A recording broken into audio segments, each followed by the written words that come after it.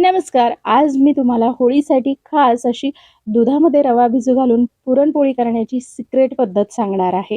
ही पोळी करायला अतिशय सोपी आहे. तोंडात टाकताच विरघळणारी मऊसूत अप्रतिम चवीची पुरणपोळी तयार होते. पीठ मळण्याची देखील खास सिक्रेट पद्धत सांगितलेली आहे. त्यामुळे तुम्ही पुरणपोळी बनवा, रुमाली रोटी बनवा किंवा मांडे बनवा. कितीही पातळ पोळी तुम्ही बनवा, तुमची पोळी फाटणार नाही आणि त्याचबरोबर चांगली टम्म फुगेल, मऊ लुसलुशीत तयार होईल याची मी तुम्हाला खात्री देते. भरपूर टिप्स सहित व्हिडिओ तुमच्यासोबत शेअर केलेला आहे, तेव्हा व्हिडिओ शेवटपर्यंत नक्की बघा. चला तर मग या खास रेसिपीला सुरुवात करूया. तर इथे मी 3 ते 4 लोकांसाठी ही पुरणपोळी बनवत आहे. त्यासाठी मी एका वाटीचं प्रमाण घेतलेलं आहे आणि 150 ग्रॅम एवढी हरभरा डाळ घेतलेली आहे. हरभरा डाळ स्वच्छ निवडून घ्यायची, त्यानंतर स्वच्छ 2-3 वेळा पाण्याने धुवून घ्यायची. त्यानंतर त्यामध्ये भरपूर पाणी घालून 1 ते 2 तासासाठी डाळ भिजू घालून ठेवायची आहे. डाळ चांगली भिजली की छान लवकर शिजते. त्यानंतर इथे मी त्याच वाटीने 1 वाटी बारीक रवा घेतलेला आहे. आता त्याच वाटीने 1 वाटी दूध घ्यायचं आहे. दूध तापवून थंड केलेलं आहे. आता व्यवस्थित रव्यामध्ये हे दूध मिक्स करून घ्यायचं. आता 20 मिनिटासाठी रवा भिजत ठेवायचा आहे, म्हणजे तो चांगला नरम होईल, फुलून येईल आणि त्यामुळे आपली पुरणपोळी देखील छान मऊ लुसलुशीत तयार होईल. 20 मिनिटानंतर रवा चांगला नरम झाला, फुलून आला की यामध्ये 2 वाट्या गव्हाचं पीठ घालायचं आहे. गव्हाचं पीठ हे बारीक असलं पाहिजे आणि ते चाळून घ्यायचं आहे. त्यानंतर सिक्रेट टीप आहे, यामध्ये 1 टीस्पून पिठी साखर किंवा साखर घालायची आहे. त्यामुळे पिठाला चांगला लवचिकपणा येतो. चवीनुसार मीठ घालायचं आहे आणि 2 चिमूट हळद घालून व्यवस्थित हे मिक्स करून घ्यायचं आहे. मिक्स केल्यानंतर इथे मी परत दूध घेतलेलं आहे 1 वाटी. आता हे पीठ आपल्याला मळून घ्यायचंय. जसं चपातीसाठी पीठ मळतो ना, तसाच पिठाचा गोळा इथे बनवून घेतलेला आहे. दुधामध्ये पीठ मळल्यामुळे पोळीचं वरचं आवरण मस्त चविष्ट तयार होतं, अगदी मऊ तयार होतं.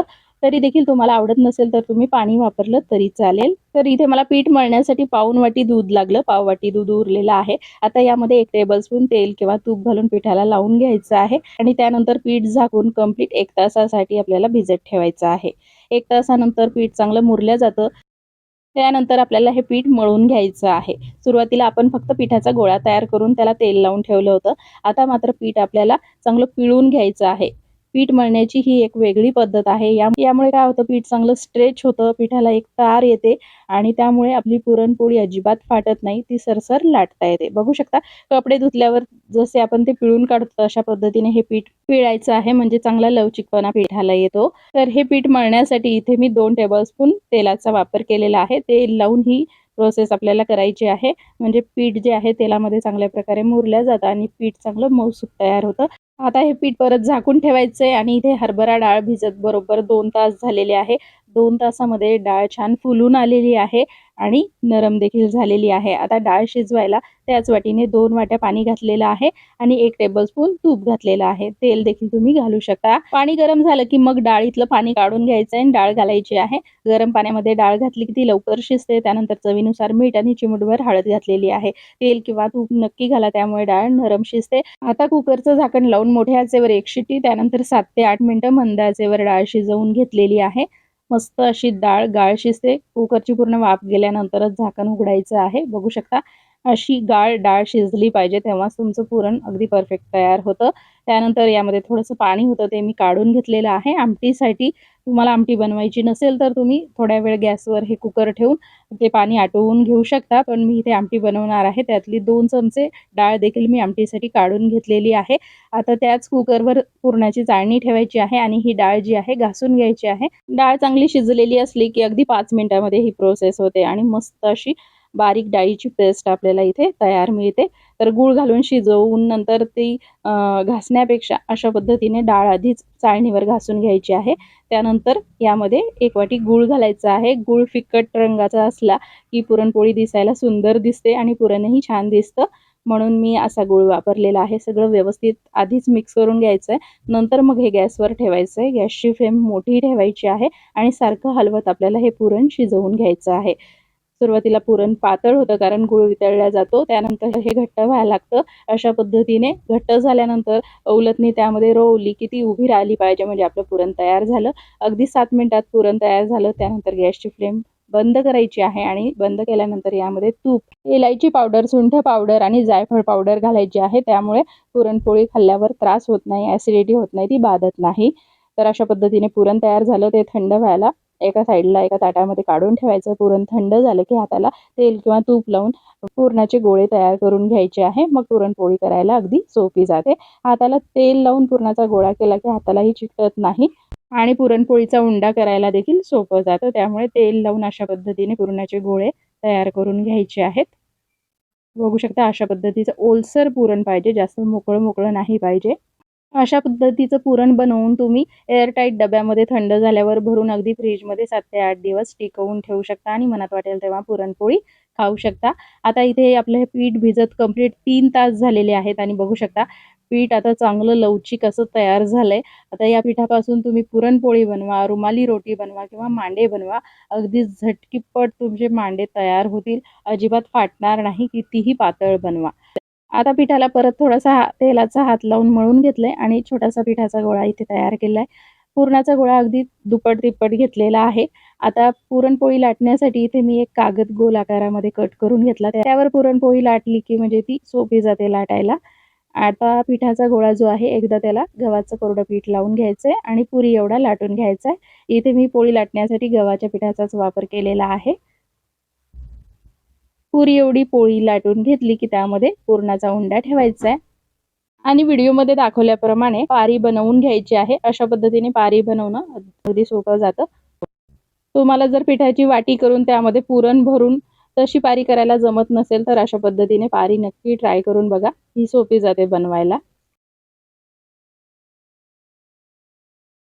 तर पारीमध्ये पुरणाचा गोळा भरल्यानंतर पारी उलटी करायची आहे आणि बोटांनी तिला खाली ओढायचं आहे आणि आपल्या अंगठ्याने पुरण आतमध्ये लोटायचं आहे.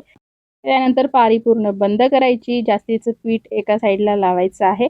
त्यानंतर हातावर थोडीशी थापून घ्यायची म्हणजे पुरण जे आहे सगळ्या बाजूला व्यवस्थित पसरलं जातं. त्यानंतर याला पीठ लावून घ्यायचं आहे दोन्ही बाजूने. जास्तीचं पीठ अशा पद्धतीने काढून घ्यायचंय. त्यानंतर ही पारी कागदावर ठेवून परत हलकीशी दाबून घ्यायची म्हणजे सगळ्या बाजूने पुरण चांगलं पसरलं जातं. त्यानंतर अगदी सहजरित्या जशी आपण पोळी लाटतो ना तशी तुम्ही ही पुरणपोळी लाटू शकता. कारण आपण पीठ 3 तास भिजवलेलं आहे. पिठामध्ये चांगला लवचिकपणा आलेला आहे. रवा आणि गव्हाचं पीठ मिक्स करून हे पीठ आपण तयार केलेलं आहे. त्यामुळे ही पारी लाटायला सोपी जाते. एकदा नक्की ट्राय करून बघा आणि रवा मिक्स करून पीठ आपण मळून घेतलंय त्यामुळे आपली पुरणपोळी अजिबात कडक वगैरे होणार नाही. छान मऊ लुसलुशीतच होईल कारण आपण रवा दुधामध्ये भिजवून चांगला नरम करून घेतलेला आहे. पोळी लाटताना कागद गोल-गोल फिरवून पोळी लाटायची म्हणजे सोपी जाते. त्याचबरोबर पोळी उलट-पालट करून लाटायची म्हणजे दोन्ही बाजूने छान फुगली जाते. बघू शकता मस्त अशी गोल पातळ पुरणपोळी इथे मी लाटून घेतली. कुठेही फाटलेली नाहीये. आतलं पुरण तुम्हाला इथे दिसत असेल एवढी पातळ अशी पुरणपोळी लाटल्या गेलेली आहे.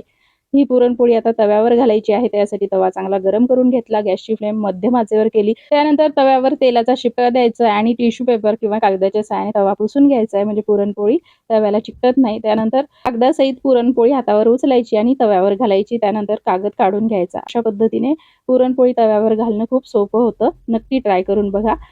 अगदी अर्धा मिनिटं पुरणपोळी एका साईडला भाजल्या गेली की लगेचच पलटी करायची आहे. तर साईडला तूप किंवा तेल सोडायचं आहे आणि खालच्या बाजूने पुरणपोळी होऊ द्यायची आहे. जास्त वेळ उलटपालट करायची नाहीये. बघू शकता पुरणपोळी छान अशी फुगलेली आहे. पुरणपोळी लाटताना उलटपालट करून लाटली ना की दोन्ही बाजूने पदर सोडते आणि छान अशी टम्म पुरणपोळी फुगते. दोन्ही बाजूने छान खमंग पुरणपोळी भाजून घेतली. बघू शकता मस्त झालेली आहे. काढून घेऊयात. अशाच पद्धतीने आता मी सगळ्या पुरणपोळ्या बनवून घेते. तर मी सांगितलेल्या टिप्स वापरून तुम्ही अशा पद्धतीने ही पुरणपोळी एकदा नक्की करून बघा. खूप अप्रतिम चवीची ही पुरणपोळी तयार होते. तुमच्या घरी सगळ्यांना आवडेल अशी पुरणपोळी आहे. ज्याला कुणाला पुरणपोळी आवडत नसेल तो देखील आवडीने खाईल. इतकी चविष्ट ही पुरणपोळी तयार होते. तर इथे मी तुम्हाला पीठ मळण्याची खास सिक्रेट पद्धत सांगितलेली आहे. दुधामध्ये पीठ मळलेलं आहे. पीठ मळताना त्यामध्ये आपण पिठी साखर घातलेली आहे. त्यामुळे पारी छान चविष्ट तयार होते. त्याचबरोबर साखर घातल्याने पिठाला चांगला चिकटपणा येतो, लवचिकपणा येतो. तर नक्की ह्या छोट्या-छोट्या टिप्स फॉलो करून तुम्ही अशी पुरणपोळी नक्की करून बघा. पारंपरिक आपली पुरणपोळी चवीला भारीच लागते, त्यात काही शंकाच नाही. पण ही जी आपण पिठाची पारी तयार केलेली आहे, दुधाचा, रव्याचा वापर केला आहे, त्यामुळे या पुरणपोळीला एक मस्त चव येते. अगदी शाही पुरणपोळी ही तयार होते. तुम्ही एकदा नक्की करून पहा, अगदी तुम्हाला आवडेल.